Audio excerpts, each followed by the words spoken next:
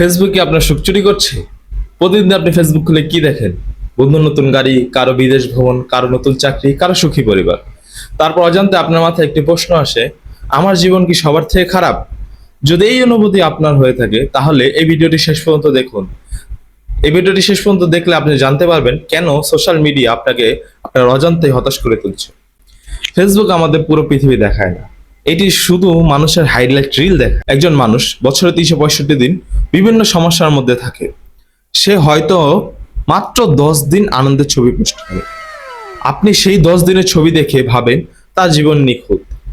এভাবে শুরু হয় সোশ্যাল কম্পারিজন, অন্যের সেরা মুহূর্তের সঙ্গে নিজের বাস্তব জীবন তুলনা করা। মনোবিজ্ঞানীরা বহু বছর ধরে এই বিষয়টি নিয়ে গবেষণা করেছে।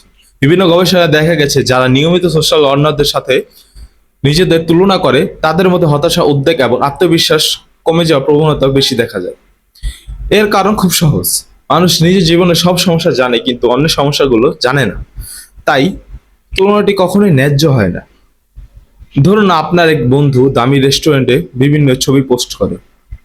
এখন ওই ছবি দেখে আপনি মনে করলেন সে কত সুখে আছে বা তার জীবন কত সুখী, কিন্তু আপনি জানেন না সে হয়তো বা ঋণে ডুবে আছে, হয়তো তার ব্যক্তিগত জীবনে অনেক সমস্যা।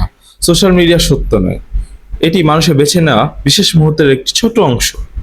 তাহলে কি করবেন?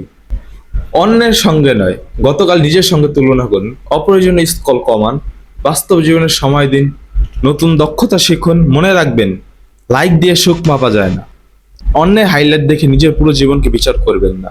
যদি ভিডিওটি ভালো লাগে লাইক করুন, বন্ধুদের সাথে শেয়ার করুন এবং গবেষণা ভিত্তিক ভিডিও পেতে চ্যানেলটি সাবস্ক্রাইব করুন, কারণ জ্ঞানই পারে আপনার জীবন বদলে দিতে।